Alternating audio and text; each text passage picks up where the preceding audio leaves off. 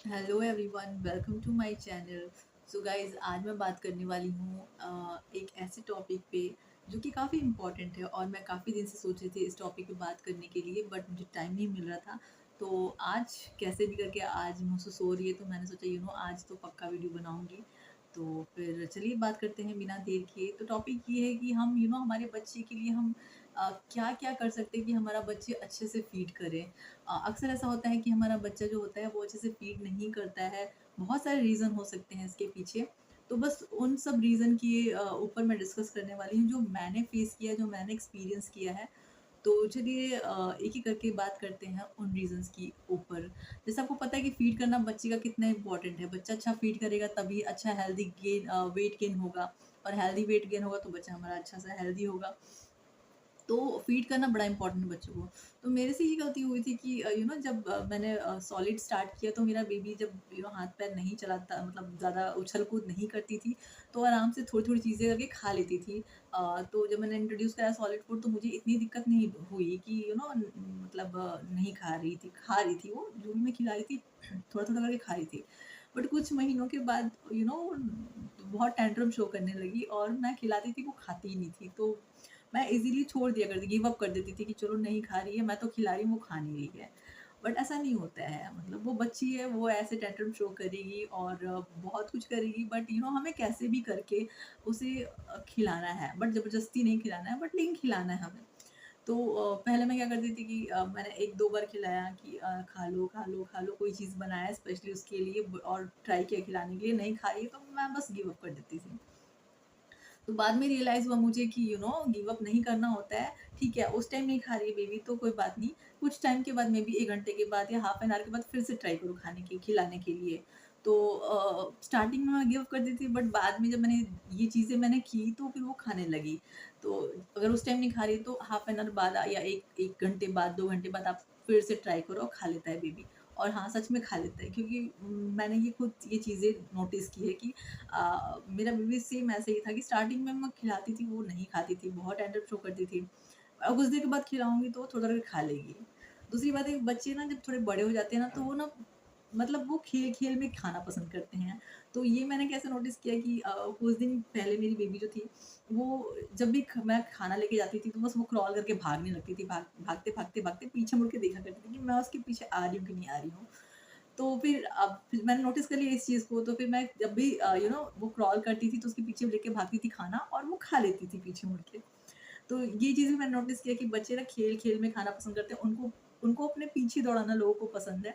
तो हाँ, बच्चे थोड़े टेंट्रम शो करेंगे, बट हमें इसी तरीके से उनको खिलाना है, और चीज़ें हम ऑफ कोर्स हम पहले से सीख के कोई नहीं है, हर कोई सीखता है अपनी जर्नी में। तो इस मदरहुड की जर्नी में मैंने भी ये चीज़ें सीखी हैं। देन दूसरी बात ये कि बच्चा जो खाता है वो तो हमें खिलाना ही खिलाना है। इसके अलावा बच्चा जो नहीं खाता है और उसके लिए हेल्दी है, बेनिफिशियल है, न्यूट्रिशियस है, तो हमें वो भी चीज़ें देनी हैं। तो ऐसा नहीं है कि जो सिर्फ़ वो पसंद है उसे वही हमें देना। अगर वो सैलेड्स खाता है तो हमें दिन भर सैलेड्स देना है, ऐसा नहीं है। हमें सब कुछ खिलाना है उसे। हमें फ्रूट्स भी खिलाना है, हमें वेजिटेबल्स भी खिलाना है, हमें नट्स भी खिलाना है, हमें सीरियल्स भी खिलाना है। तो बच्चे को हर एक चीज़ देना है थोड़ा-थोड़ा करके, और ऑफ कोर्स वो तो छोटा है, उसको नहीं पता है कि उसके लिए क्या बेनिफिशियल है, क्या नहीं। तो हमें ही सोच समझ कर उसके लिए वो देना है जो उसके लिए फ़ायदेमंद है।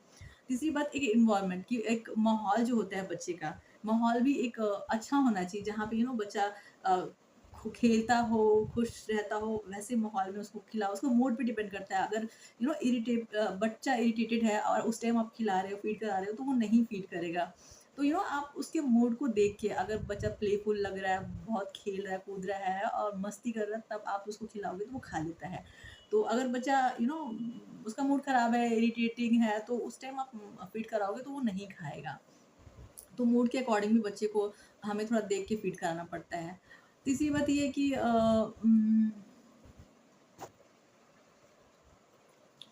हाँ, तो एक बात मैंने और नोटिस की कि सपोज़ मान लीजिए मैंने कुछ बनाया अपनी बेबी के लिए, और उसे खिलाया और उसे नहीं पसंद आया। तो वो चीज़ मैंने 2 बार की, 3 बार की, और फिर मतलब मैं उसे खिला रही हूँ, बना रही हूँ उसके लिए और खिला रही हूँ, बट वो नहीं खा रही है। तो हम क्या करते हैं, गिव अप कर देते हैं अगेन कि भई मेरा बच्चे को ये नहीं पसंद है। बट ऐसा नहीं है। अगर हम ठीक है, कोई बात नहीं, आप उस चीज़ को, अगर उसके लिए वो फ़ायदेमंद है, हेल्दी है, न्यूट्रिशियस है, तो आप कुछ दिन बाद और ट्राई कीजिए। तो मेरे साथ क्या हुआ कि सेरेलैक्स में मेरी बेबी जो स्टार्टिंग में है वो सेरेलैक्स नहीं खाती थी। मैंने 4, 5, 10, 15 बार ट्राई किया, वो नहीं खाती थी। बट अभी आई थिंक ये ऑलमोस्ट 11 मंथ्स कंप्लीट हो गए हैं और अब वो सेरेलैक्स बहुत अच्छे से खाती है और मैं बहुत अच्छे से खिलाती हूँ उसे। तो ऐसा नहीं कि अगर कि आपकी बेबी ने ये फूड रिजेक्ट कर दिया है, किसी फूड को रिजेक्ट कर दिया है, तो आप उसे खिलाना बंद कर दो और बोलो इसे पसंद नहीं है। तो ऐसा बिल्कुल भी नहीं है। आप अलग-अलग टाइम पे चीज़ें ट्राई कर सकते हो। अगर आप कुछ 10 दिन के बाद 10 दिन का गैप लो, फिर बाद में ट्राई करो उस फूड को। खाता है तो ठीक है, नहीं तो फिर 10 दिन के बाद ट्राई करो। ऑफ कोर्स बेबी खाएगा, क्योंकि वो जैसे हमें हर टेस्ट पसंद है, तो वो हर चीज़ एक्सप्लोर कर रहा है, हर टेस्ट को एक्सप्लोर कर रहा है और हर चीज़ों को मतलब उसके मूड के अकॉर्डिंग वो खाएगा। तो कहने का मतलब ये है कि अगर आप कुछ भी इंट्रोड्यूस करा रहे हो और वो बच्चा रिजेक्ट कर दे रहा है, तो आप गिव अप मत करो। आप धीरे-धीरे कुछ समय के बाद फिर से ट्राई करो, बच्चा खाएगा। तो ये भी एक बड़ा इम्पोर्टेंट चीज़ है जो मैंने नोटिस किया है कि गिव अप तो नहीं करना है। और एक सबसे इम्पोर्टेंट चीज़ ये है कि अगर जैसे हम सपोज़ मान लो कि दाल है, हमें दाल खिलाना है बच्चे को, बेबी नहीं खा रहा है, तो हमें ना मेथड चेंज करने हैं। जैसे सपोज़ मान लो अगर हम कटोरी से खिला खिला रहे हैं, कटोरी से बच्चा नहीं खा रहा है, बाकी चीज़ें खा ले रहा है बट वो नहीं खा रहा, तो हम उसके लिए कुछ दूसरा मेथड ट्राई कर सकते हैं कि वो किसी और चीज़ से खा रहा है। अगर फीडिंग बॉटल है तो उससे ट्राई करो, अगर वो खा लेता है तो वेल एंड गुड, बट अगर नहीं खा रहा है, तो मेरे केस में तो मेरा बेबी ड्रॉपर जो जो मेडिसिन के लिए ड्रॉपर मिलता है, उससे काफ़ी अच्छा सेरेलैक्स और दाल का पानी, जो थोड़ा गाढ़ा दाल होती है, तो वो पी लेती है। तो ये भी बड़ा इम्पोर्टेंट है मेथड चेंज करना। सपोज़ हम खिला रहे हैं किसी मेथड से और उसे वो नहीं पसंद आ रहा है, तो हम कुछ नई चीज़ें भी इंट्रोड्यूस कर सकते हैं अगर पॉसिबल हो तो। ये बात है। और तीसरी चीज़ जो बताना चाहूँगी मैं कि जब मैं बेबी को फीड करा रही थी, तो सब कुछ तो ठीक है, फीड करा रही थी, सब कुछ ठीक-ठाक था, बट ये ना रोटी जब आप फीड कराते हो ना, तो हमेशा ना उसको गीला करके, लाइक अगर आप रोटी फीड करना चाहते हो तो उसे दूध में दो, दूध में गीला करके थोड़ा-सा ऐसे मिक्स करके और या फिर दाल के पानी में सोक करके और मिक्स करके खिलाओ। क्योंकि क्या होता है, रोटी ना ईज़िली डाइजेस्ट नहीं होता है और उसे बच्चा जो होता है पानी भी नहीं पीता है ज़्यादा। तो रोटी हमें जब भी खिलाना है तो गीला करके ही खिलाना है, किसी भी चीज़ में सोख करके और मिक्स कर खिलाना है। तो बाकी सब चीज़ें तो खा लेता है बेबी, क्योंकि उसका जो फॉर्म होता है वो थोड़ा लिक्विड फॉर्म होता है, बट रोटी थोड़ा हार्ड होता है, सॉलिड होता है, तो थोड़ा टाइम लगता है डाइजेस्ट होने में। तो ये सारी चीज़ें थी, ये सारा एक्सपीरियंस था जो मैं शेयर करना चाहती थी, जो मैंने अपने मदरहुड की जर्नी में सीखी है और समझी है। तो मैं यही कोशिश करूँगी कि जो भी मैंने जर्नी में सीखा है, समझा है, वो आप सबके सामने मतलब शेयर करो और कुछ भी हेल्प मिल पाए मेरी वीडियो से, मेरी जर्नी से, तो मेरे लिए बहुत एक प्राउड की बात होगी। और सो यही मैं होप करती हूँ कि आप और आपके बच्चे तंदुरुस्त रहे और आप भी वो गलतियाँ ना करें जो मैंने की है, और अगर कर रहे हैं तो इम्प्रूव करें। और बस मदरहुड की जर्नी को एंजॉय करिए। बहुत सुंदर सफ़र है, काफ़ी कुछ हमें सीखना पड़ता है, काफ़ी कुछ हमें गलती करते हैं, सीखते हैं, और क्योंकि हर कोई सीख के तो आता नहीं है, इसी दुनिया में सीखता है। तो हम भी वैसे ही हैं, इस जर्नी को एंजॉय कर रहे हैं और बहुत कुछ सीखना बाकी है। तो चलिए मिलते हैं किसी अगले वीडियो में। Thank you so much for watching me.